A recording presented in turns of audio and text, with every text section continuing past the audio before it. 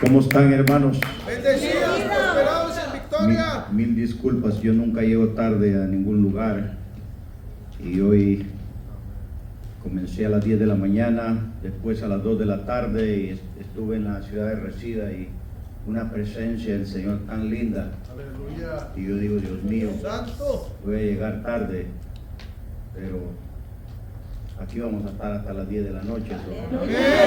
Temprano hemos llegado, ¿verdad? Aleluya.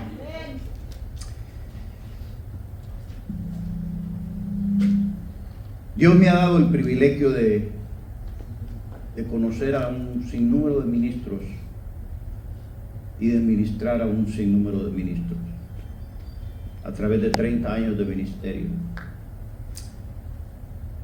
Y hay algo que los ministros siempre se quejan. Y los ministros se quejan de la falta de compromiso que hay en la iglesia. Compromiso. ¿Por qué hay falta de compromiso en la iglesia? Figúrese que el problema realmente no es la falta de compromiso. Aunque es un problema, detrás de ese problema hay otro problema mayor. Y el problema mayor es el que quiero tratar en esta hora. Porque a veces nosotros en la iglesia hacemos cosas que, aunque no están mal, que son buenas, nos desenfocamos del propósito por el cual la iglesia ha sido creada. Cuando Jesús comienza su ministerio, comienza anunciando un reino. Y cuando Él muere y resucita, Jesús le entrega a la iglesia un mandato. Y en Mateo 28, el 18, el 19 y el 20, yo creo que lo leamos. Aquellos que traen Biblia y el que no trae Biblia, acérquese con un cristiano.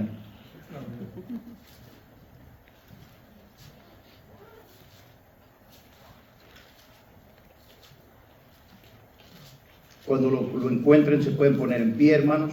Amén. Yo creo que cuando usted lea, medite, escudriñe qué es lo que Dios quiere transmitirnos a nosotros a través del texto bíblico. Dice la palabra, recuérdense que estas son las palabras del Cristo resucitado. Amén. Jesús les iba a dar a los discípulos un mandato, una guía, una misión. Y Jesús les dice, toda potestad me es dada en el cielo y en la tierra.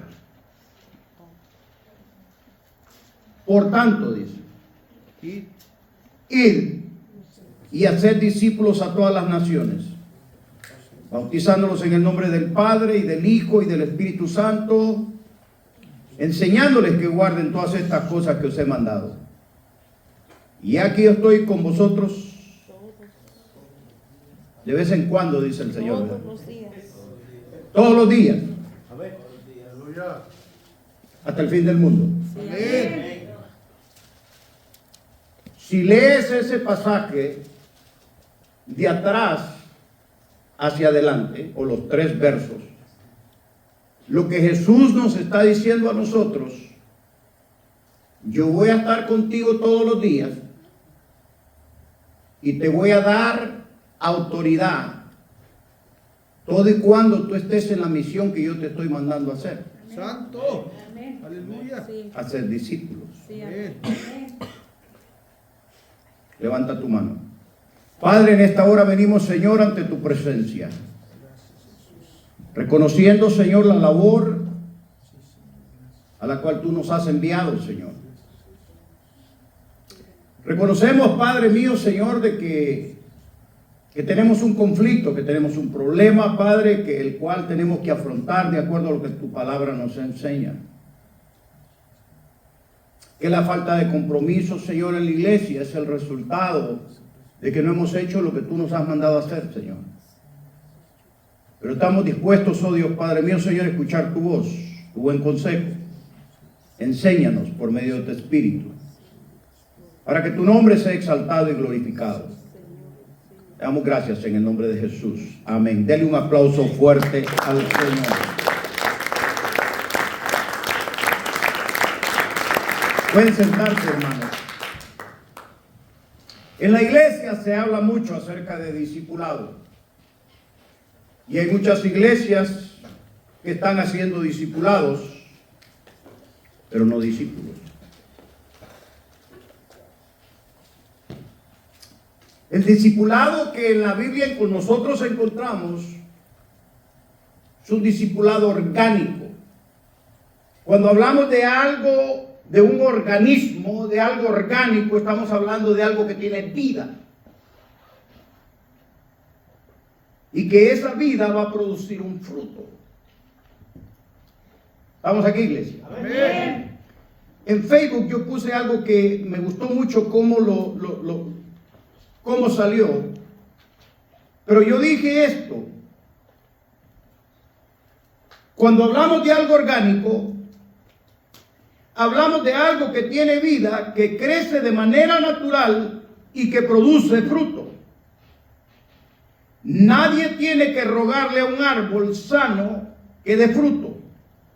El fruto es la consecuencia normal de que está vivo y bien nutrido. De la misma manera, cuando un creyente está siendo discipulado correctamente, el compromiso no se impone, nace. Nunca nadie a mí me impuso, hermano, yo le sirvo al Señor desde el año 1996, desde que me convertí al Señor. Yo desarrollé en mi vida una pasión por dos cosas. Una vida de oración y una vida sumida en la palabra de Dios. Y desde que me convertí, le sirvo al Señor. Gloria a Dios. Desde que me convertí, le soy fiel al Señor con mis diezmos y mis ofrendas. Yo ya no tengo iglesia. Yo entregué mi iglesia a la última, yo planté 3 iglesias. La última iglesia que yo planté, todavía sigo enviando parte de mis diezmos a esa iglesia porque yo soy un hombre comprometido con la obra de Dios. Pero nadie me forzó a hacer esto.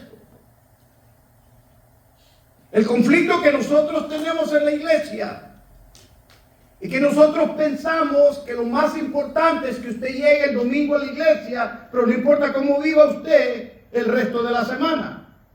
Pero la Biblia me dice todo lo contrario, porque el cristiano no es conocido por cuántas veces usted viene a la iglesia, el cristiano es conocido por el fruto. Amén. Y el fruto se deja ver en el compromiso que nosotros hacemos con Dios. La crisis de no hacer discípulos está llevando a la iglesia a un conformismo. Y la gran mayoría de iglesias hay gente que entra y hay gente que sale. Hay gente que se queja de todo. Hay gente que vive vidas dobles, incluyendo hasta ministros. ¿Estamos aquí, iglesia? Amén. Un verdadero discípulo de Jesucristo, y hoy vamos a definir, de acuerdo a la palabra, qué significa ser un verdadero discípulo de Jesucristo. Y le voy a mostrar por lo menos 3 cosas para que usted pueda decir, esta persona es realmente un verdadero discípulo de Jesucristo. Lo primero, un verdadero discípulo de Jesucristo es alguien que sigue a Jesús, que sigue sus pisadas, que anhela ser como el Maestro.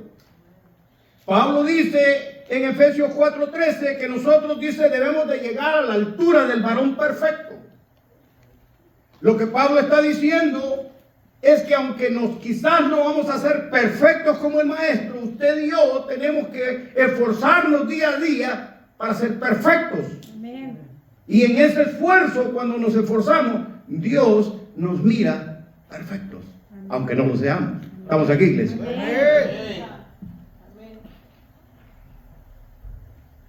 Un discípulo sigue a Cristo. Dijo entonces Jesús, Juan 8:31. Dijo entonces Jesús a los judíos que habían creído en él: si vosotros permaneciereis en mi palabra, seréis verdaderamente mis discípulos. Si vosotros permaneciereis en mi palabra, seréis verdaderamente mis discípulos. Y conoceréis la verdad, y la verdad os hará libre. ¿Qué significa permanecer en la palabra? Le voy a dar unas estadísticas para que usted pueda darse cuenta de la crisis que hay en la iglesia. ¿Cómo puede un cristiano permanecer en una palabra que desconoce? Se considera que entre un 10 al 30% de los cristianos que atienden a las iglesias leen la Biblia con regularidad. ¿Cómo puede un cristiano permanecer en una palabra que no conoce? La gran mayoría de cristianos ni siquiera han leído el Nuevo Testamento. Diga conmigo, eso es una tragedia. Es una tragedia. ¿Por qué es una tragedia? Porque no hemos hecho discípulos. El discipulado orgánico, las bases del discipulado, es la palabra de Dios. Amén. Cuando nosotros nos mantenemos firmes, hermano, yo vivo una vida íntegra. Trato de ser una persona íntegra, trato de ser una persona justa, trato de, amados hermanos, de ser una persona generosa, trato la manera, amados hermanos, pero todas estas cosas que yo trato día a día es el resultado de una intimidad y de un conocimiento de la Escritura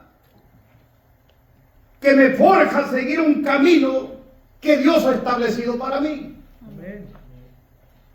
Desde que yo me convertí al Señor, yo desarrollé un amor por la Escritura.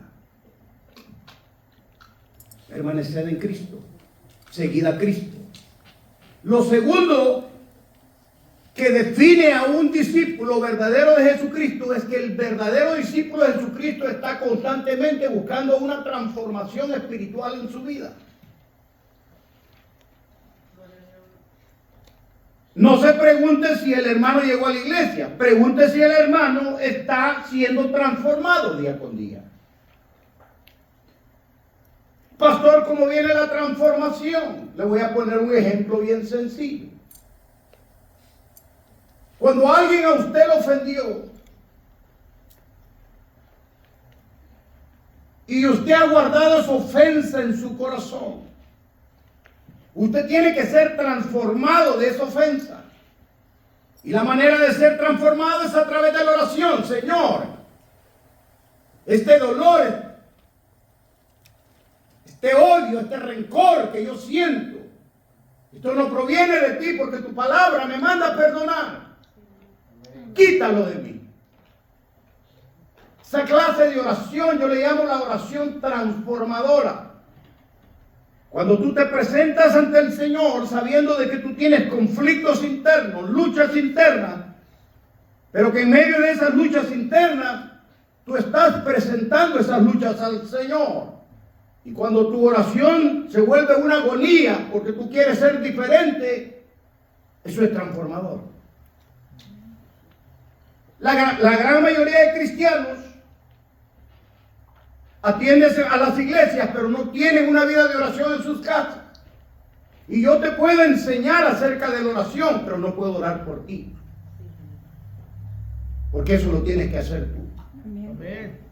Transformación. El apóstol Pablo, cuando escribió la carta a los romanos, en el capítulo 12, Pablo dijo estas palabras hablando de la transformación. No os conforméis a este siglo, sino transformaos por medio de la renovación de vuestro entendimiento, para que comprobéis cuál sea la buena voluntad de Dios, agradable y perfecta. Tú no puedes entrar en la voluntad de Dios si antes no sos transformado en tu manera de pensar. ¿Cómo se transforma nuestra manera de pensar cuando venimos del mundo? La mejor herramienta que nosotros tenemos para que nuestra mente sea transformada es la palabra de Dios. Amén. Amén.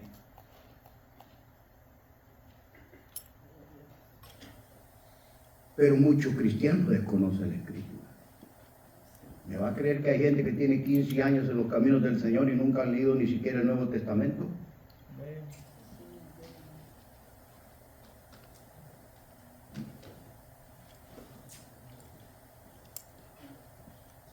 Transformación. Segundo, un verdadero discípulo de Jesucristo produce fruto. ¿Estamos aquí? Amén. ¿Usted ha visto un buen árbol que no produzca fruto? ¿Verdad que no? Un buen árbol va a producir su fruto. Amén. Un discípulo va a producir su fruto. ¿Por qué le digo? Piense en la multiplicación. ¿Por qué le digo esto? Porque Juan 15:8 dice esto, hermanos. Y esto no lo digo yo, esto lo dice la palabra. El tema del discipulado tengo años estudiando. Muchísimos años. Por mi mente y por mis manos han pasado un sinnúmero de libros, pero no hay necesidad de que mencionemos los libros, sino que hay necesidad de que nosotros vayamos a lo que la Escritura dice. Amén. En Juan 15:8 dice que el Padre es glorificado cuando llevas mucho fruto. Y que cuando llevas mucho fruto, tú eres un discípulo. Es más, si alguien lo puede leer, aquí los estoy parafraseando, pero si alguien tiene Juan 15:8, que lo lea en voz alta para que podamos entender lo que significa la multiplicación. ¿Alguien lo tiene? Y en esto es glorificado mi Padre, que llevéis mucho fruto y seáis así mis discípulos. O sea, cuando usted, el fruto del Espíritu, de acuerdo a Gálatas 5:23, amor, benignidad, paciencia, dominio propio, gozo, mansedumbre, templanza. Ese es un fruto interno en el corazón del creyente, pero ese fruto tiene que ser exteriorizado, porque si yo tengo amor, le voy a enseñar amor a mi hermano. O sea que si yo soy un buen árbol, tú te vas a convertir también en un buen árbol. Pero si este árbol es malo, cuidado, porque yo puedo enseñarte lo que yo sé, pero voy a reproducir lo que yo soy. ¿Me está entendiendo? Amén.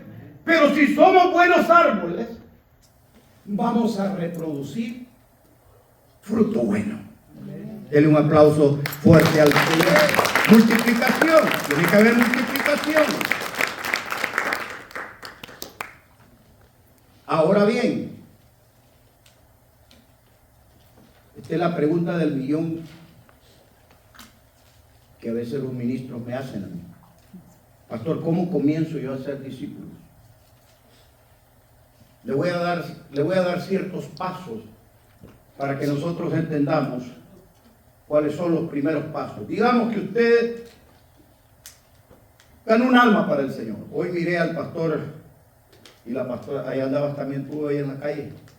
Miré que ellos andaban evangelizando y el pastor está ahí con el megáfono. No sé cómo les fue. ¿Hubo alguien que aceptó al Señor? Personas recibieron. Ok, pero nadie de eso está aquí hoy, ¿verdad? Mucho, pero ya conoce de Dios. Ya conoce de Dios. Ok. Gloria a Dios. ¿Qué es lo primero que usted haría con una persona que recibe al Señor? Ayúdenme a predicar. Dale una Biblia. Darle una Biblia, ¿ok? ¿Qué más? Enseñarle a orar. Enseñarle a orar. ¿Qué más? Darle seguimiento. Darle seguimiento. ¿Qué más? Hablarle del amor de Cristo. Hablarle del amor de Hablarle del amor de Cristo. Hablarle del amor de Cristo. Excelente todas las respuestas que ustedes han dicho. Ahora les voy a hacer una pregunta. Cuando Jesús comienza su ministerio, ¿cuál fue el mensaje con el cual Jesús comenzó? Cuando Juan comienza el ministerio, Juan el Bautista, ¿cuál fue el mensaje? arrepentimiento. Arrepentimiento. ¿Me creería si yo le dijera a usted que hay gente que conoce Biblia y no está arrepentida? Santo. ¿Y dónde dejamos a los mormones y a los testigos de Jehová? Santo. Los mormones y los testigos de Jehová conocen más Biblia que muchos cristianos. Amén. El mensaje central del evangelio del reino es un llamado al arrepentimiento. Amén. Busque un verdadero arrepentimiento. Porque una cosa es estar arrepentido y otra es estar convencido. No asuma porque una gente levantó la mano y es parte del cuerpo de Cristo sin que exista un verdadero arrepentimiento. Amén. Ese verdadero arrepentimiento lo va a llevar a la segunda cosa que Dios busca en un discípulo: llenura del Espíritu. Amén. No puedes hacer discípulo si no hay llenura del Espíritu. Amén.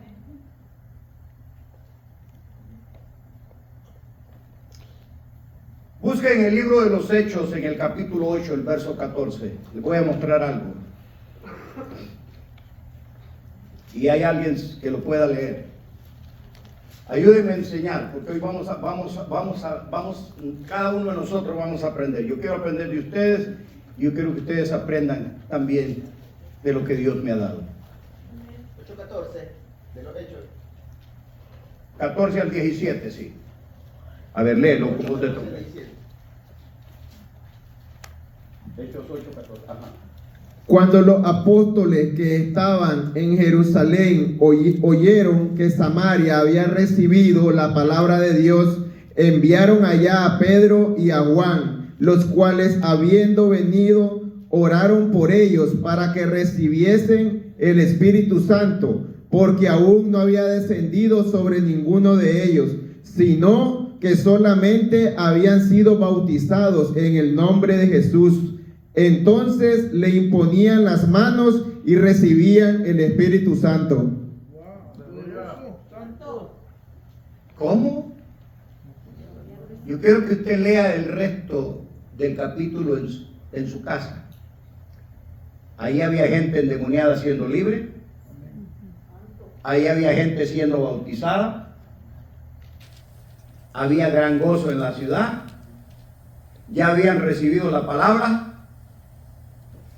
Pero le faltaba lo más importante. Pedro no llegó ni Juan a decirle a esa gente: miren, los espero el domingo en la iglesia. No, llegaron a imponer las manos para que recibieran el Espíritu Santo, porque todavía no había descendido el Espíritu Santo sobre ninguno de ellos. ¿Qué hacemos nosotros cuando la gente recibe al Señor? Eso es lo que hacía yo. Yo tenía 70, 80 Biblias. No, yo siempre tenía 70, 80 Biblias. Usted tiene que tener la Biblia. Pero no me preocupaba si la leía. Pues lo que yo quería es que se llevara una Biblia. Y ahí andaba el hermano cargando la Biblia, pero nunca la leía. ¿Cómo va a ser transformada una persona y llegar a un arrepentimiento genuino si no hay alguien que lo pueda guiar? Si no hay alguien que le pueda decir: mira, ahora que ya recibiste al Señor, yo quiero sentarme contigo porque vamos a tratar con tus áreas. Porque hay áreas que tal vez tú le tienes que presentar al Señor. No puede haber arrepentimiento sin una confesión detallada de lo que nosotros hemos hecho. Las cosas que tenemos conciencia, tenemos que presentárselas al Señor. Amén. La confesión te lleva al arrepentimiento, el arrepentimiento te lleva a la llenura del Espíritu Santo. Eso es lo primero que se debe hacer con un discípulo. ¿Por qué? Yo tengo que asegurarme de que mi discípulo tenga el Espíritu Santo, porque cuando tiene el Espíritu Santo, me es fácil que se apasione por la lectura de la palabra. Me es fácil que se apasione por la evangelización. Cuando alguien es lleno del Espíritu Santo, le quiere contar, amados hermanos, yo traje hasta la suegra a los pies de Cristo. Amén. Santo. Aleluya. Y si me trae su suegra aquí, le sacamos los demonios, hermano. Amén. Broma.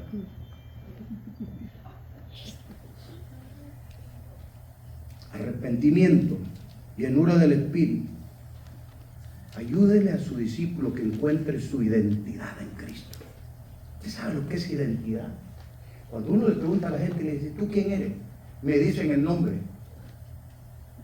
O algunos le dicen, ¿y usted quién es? Ah, yo soy pastor. No estoy hablando de título, ni estoy hablando de tu nombre.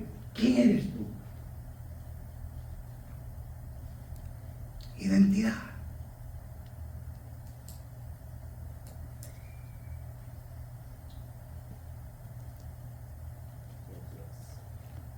Cuando el hijo pródigo regresó a la casa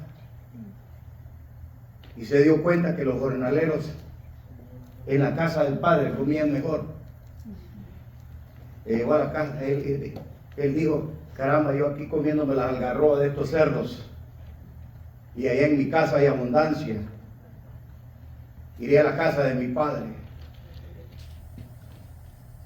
y le diré, Padre, he pecado contra el cielo y contra Dios, y no soy, y le dice, y no soy digno de ser llamado. Déjame ser como uno de los jornaleros que tú tienes allá. Y el padre le dijo, traigan el vestido nuevo y pongan anillo en su dedo, porque mi hijo perdido era y ha sido hallado. El padre le dio la identidad que el hijo había perdido. Amén, aleluya. Él no era un jornalero, aunque andaba ya en el mundo. Su padre le dio su identidad, le cambió la vestimenta. Venía todo sucio, pero le dio una vestimenta que significa esa vestimenta de santidad que nos ha sido dada a nosotros. Y el anillo en el dedo representa autoridad. Amén. Usted y yo somos hijos de Dios. Hay gente, amados hermanos, escuche, en una ocasión un hermano en la iglesia que yo pastoreaba, yo venía entrando y el hermano estaba derramando su alma ante Dios y decía, Señor, aquí viene de nuevo, aquí está esta manzana, esta llaga podrida. Y me daban ganas de agarrarlo a patadas, hermano. Lo que pasa es que el Espíritu no me dejó. ¿Cómo va a decir usted llaga podrida cuando usted es lo más carísimo que existe sobre la tierra? Por usted se pagó el precio más grande, la sangre bendita del Cordero del Cielo.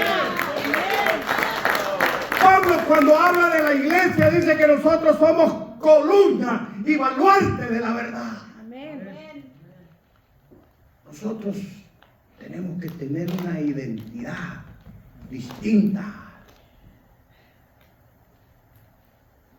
Aunque usted no tenga papeles, usted es un ciudadano del reino. ¡Aleluya! Identidad.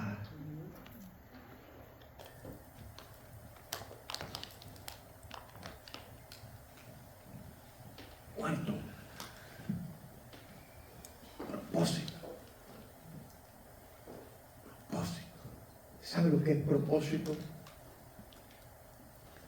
¿Alguien me puede decir qué es propósito? Ponerse una meta. Una meta, claro. El propósito. Todo cuanto Dios ha creado se ha creado con un propósito. Amén. Mire, ustedes se la perdieron. Yo tuve una conferencia donde hablé de este tema de propósito y nadie me llegó. Este tema yo lo traté en la última conferencia. Nadie me llegó de aquí. Les estoy dando complaint, ¿eh?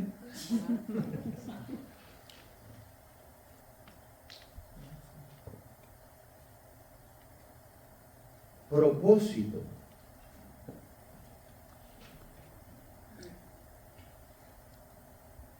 Es propósito en el Señor, ¿ok? Es alcanzar aquello para lo cual Dios te ha creado. Amén. Y usted lo puede ver en Jeremías capítulo 1, verso 5.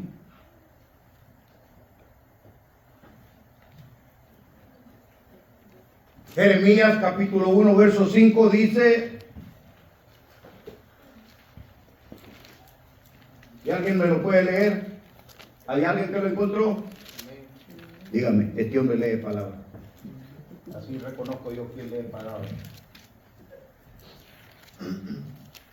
Antes que te formase en el vientre te conocí, y antes que nacieses te santifiqué y te di por profeta a las naciones.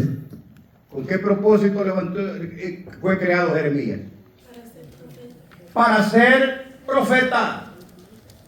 El discípulo, amados hermanos, los verdaderos discípulos de Jesucristo buscan entrar en la perfecta voluntad de Dios, que tiene que ver con su propósito por el cual han sido creados. Pablo mismo dijo, ciertamente olvidando lo que queda atrás, prosigo hacia la meta del supremo llamamiento en Cristo Jesús. Amén. Propósito. Tú no eres ningún accidente, tú eres alguien que ha nacido con un propósito. Ahora bien, ¿por qué mucha gente no entra en el propósito de Dios? Porque descuidan las cosas pequeñas. Déjeme darle un ejemplo. Jesús dijo, en lo poco me fuiste fiel, sobre lo mucho te pondré. Dios quiere ponerte sobre lo mucho, pero nosotros descuidamos esas cosas tan pequeñas. ¿Para qué voy a ir yo con el hermano a predicar en la calle? Al fin y al cabo nadie se convierte. Cállese la boca, hombre. Las pequeñas cosas son las que nos llevan a las cosas grandes. Amén. Aleluya. Yo vivo en el propósito de Dios día con día.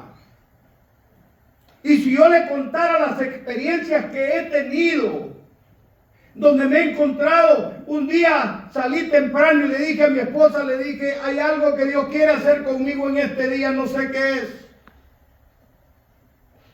Vaya, me dijo mi esposa, qué bueno, yo sé que Dios va a obrar. Pero antes de eso me dijo, andate a la tienda porque necesito que me traigas unas cuantas cosas. Y me fui yo a la tienda y me encuentro con una señora que andaba con el carrito y iba para la tienda. Y me dice, señor, ¿le puedo hacer una pregunta? Dígame, señora, ¿me puede ayudar con las compras de este día? No tengo nada que comer en la casa.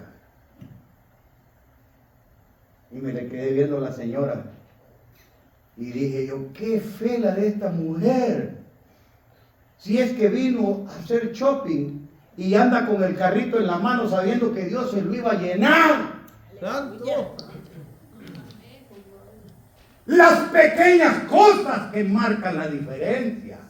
Aleluya.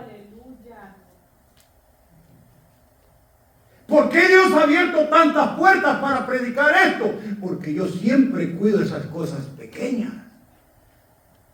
Y entro con ella y me dice la señora,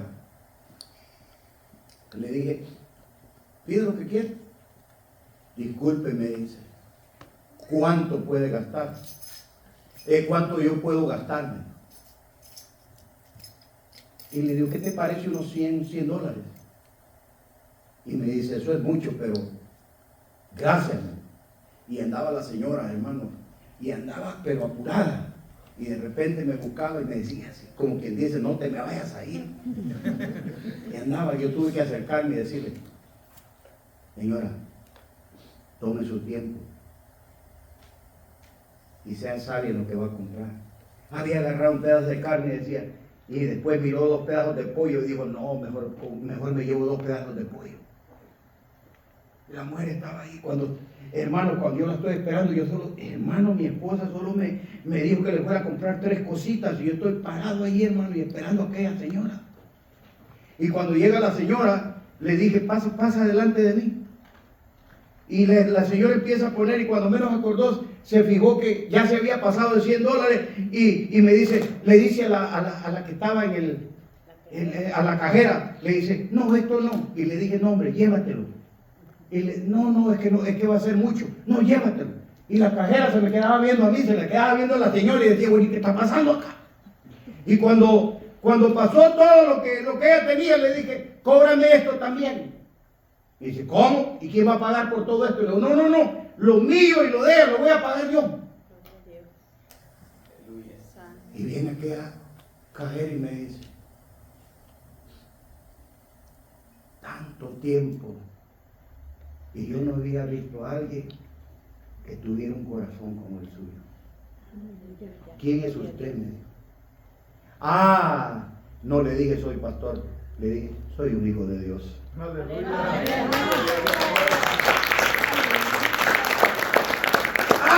a veces queremos sacar el título de nosotros. Soy un hijo de Dios, creyendo de que somos más importantes que el resto de los... No, usted también es una hija de Dios, usted también es un hijo de Dios, y usted puede vivir en el propósito cada día. ¿Sabe qué me dijo esa señora? Porque le dije, la voy a esperar, le digo, vamos a ir afuera, yo quiero orar por usted. Y me dice ella, le voy a contar un testimonio. Y cuando estábamos afuera me dice, antes de que usted ore por mí, me dijo, mi hija acaba de perder su empleo. Decidimos pagar la renta, pero nos quedamos sin nada para la comida. Y yo me metí en la recámara a orar al Señor y me dijo, andate al supermercado, vete a hacer compras. Y digo yo, qué mujer de fe, porque cuando yo la vi lo que más me impactó es que ya venía con el carrito, amados hermanos. Y yo en la mañana le había dicho al Señor, Señor, ¿quieres que haga tu propósito hoy? Dime, guíame. Eso es caminar en el propósito de Dios.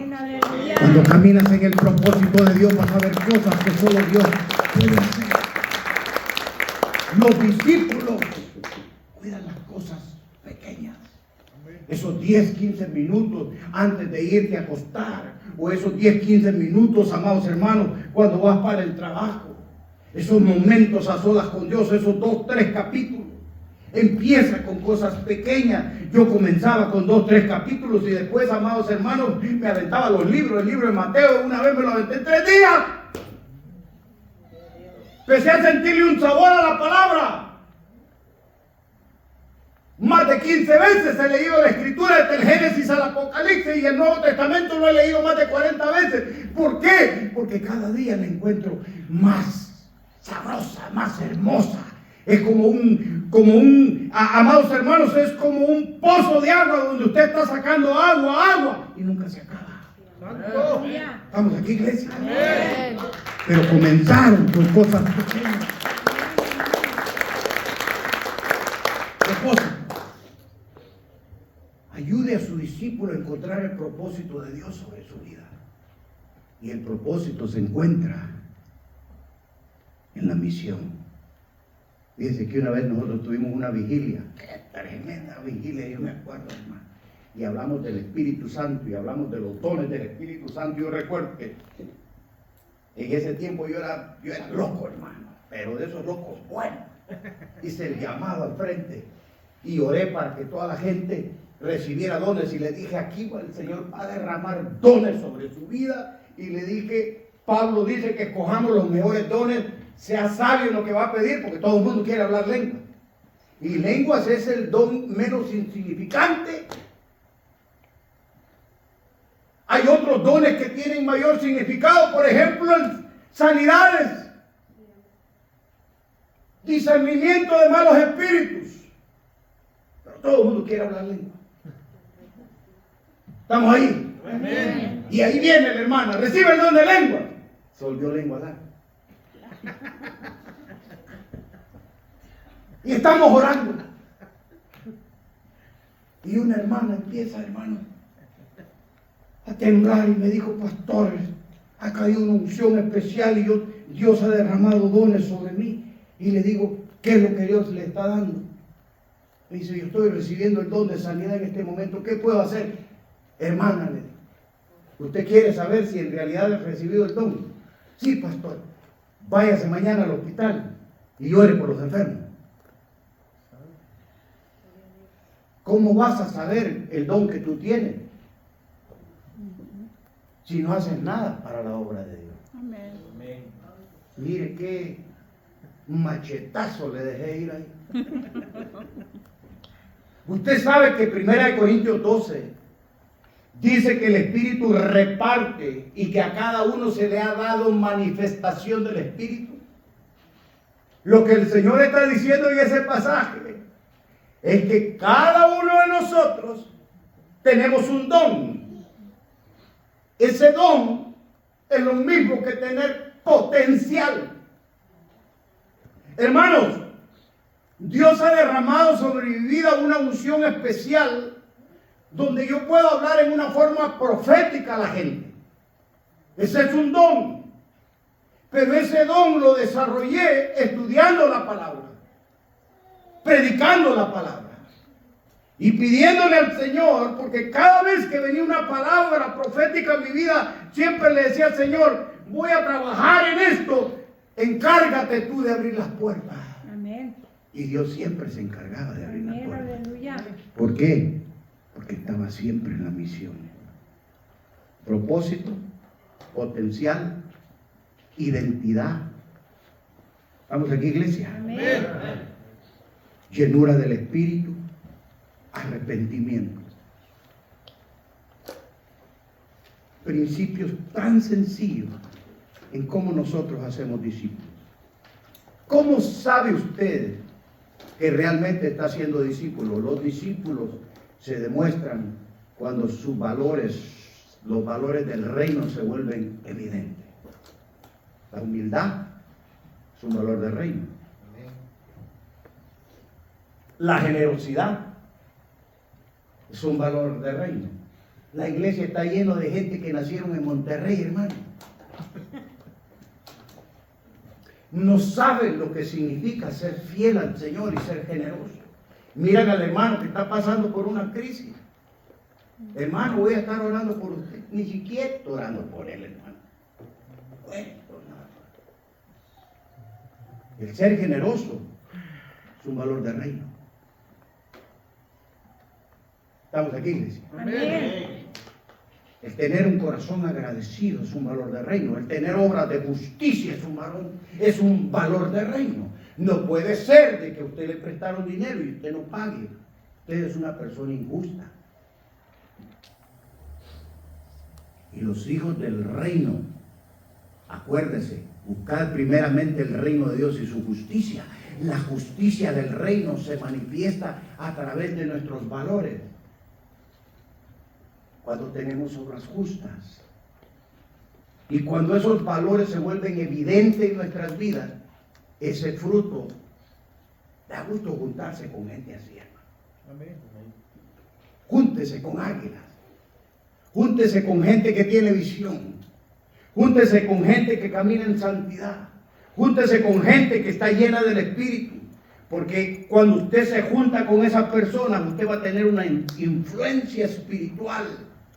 Alguien que lo va a guiar a usted. Estamos aquí, iglesia. Amén. Hagamos discípulos.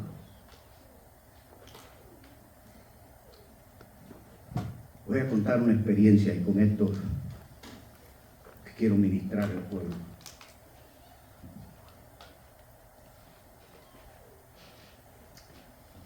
Hace 2 años, no, hace 3 años,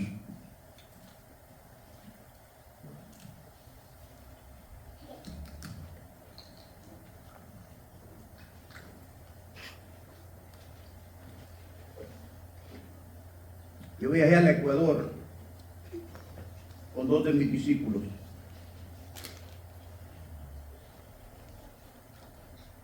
Estábamos ministrando en la iglesia de un pastor amigo, una iglesia muy numerosa, una iglesia que pasa de 800 miembros. Y por la mañana estábamos ministrando y la presencia del Señor se manifestó en una forma tan poderosa. Y a mí me gusta ministrar a la gente, a mí me gusta imponer las manos. Pero llegó un momento en que me sentí tan cansado y me senté sobre una bocina mirando cómo el Señor tocaba a la gente. Y de repente miré a una hermana joven, quizás como de unos 30 años, 32 quizás, con una niña de unos 9 años. Y la hermana temblaba en la presencia del Señor, tocada en la presencia del Señor, y miraba que la niña se le quedaba viendo a su mamá. Y después la niña se me quedaba viendo a mí.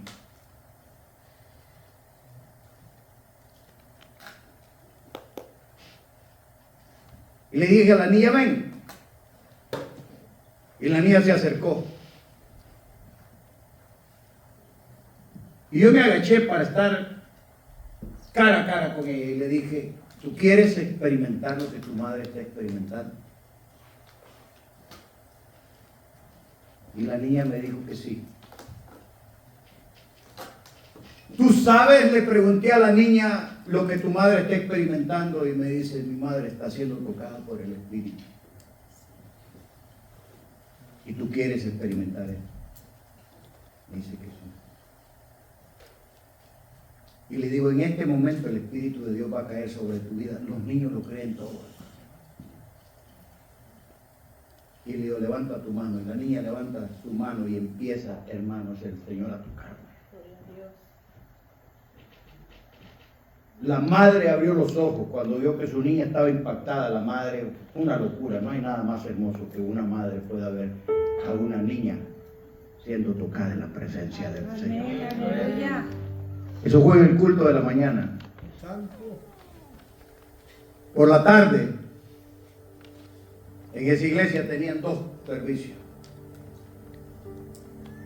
Por la tarde siempre llegan como unas 300 personas a esa iglesia. Ministerio Shekinah, Pastor Jaime Ríos, Riobamba, Ecuador. Nunca se me olvida esta experiencia. Porque por la tarde llegó la madre con su niña, con otra hija mayor y otro niño mayor. Y yo pude darme cuenta que esa madre estaba buscando la llenura del Espíritu en sus otros 2 hijos. Y cuando terminó este siervo de predicar, ni me recuerdo de que yo prediqué, pero nunca se me ha olvidado la experiencia de ver a un Dios tan bueno derramando su Espíritu. Me quedé viendo a la niña y la niña cuando me vio se rió y la volví a llamar a la niña y le dije, ven acá. ¿Te acuerdas lo que experimentaste en esta mañana? Y me dijo, sí, con una alegría en el rostro la niña. Yo voy a imponer las manos sobre ti. Y tú vas a ir y vas a orar por tu hermanito mayor y por tu hermana. Y cuando tú pongas las manos sobre ella, el Espíritu de Dios va a descender sobre tu hermano y sobre tu hermana. Y vienen y se van las niñas, hermano, y solamente los tocó. Y empieza el hermanito y la hermanita a ser tocados en la presencia del Señor.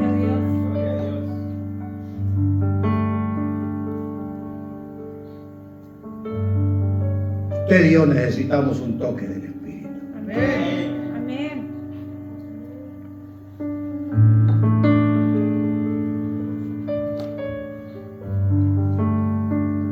Usted y yo necesitamos ser llenos del Espíritu. Amén. Usted y yo necesitamos hacer discípulos Quizá algunos de ustedes quizás nunca han experimentado un verdadero arrepentimiento, quebrantamiento.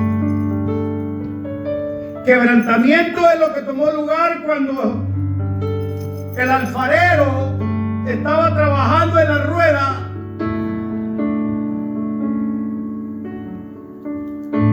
y la vasija se partió en sus manos. Cuando el Espíritu te quebranta, no te quebranta para dejarte quebrantado, te quebranta para restaurar y hacer de ti una vasija mejor. Amén. Pero necesitamos un arrepentimiento genuino. Amén. Necesitamos la llenura del Espíritu. Y después el compromiso no va a ser ningún problema. Porque el mismo Espíritu te va a guiar a toda verdad. Las cosas del Espíritu generan pasión. ¿Cuántos quieren ser llenos del Espíritu? Amén. Véngase aquí al frente.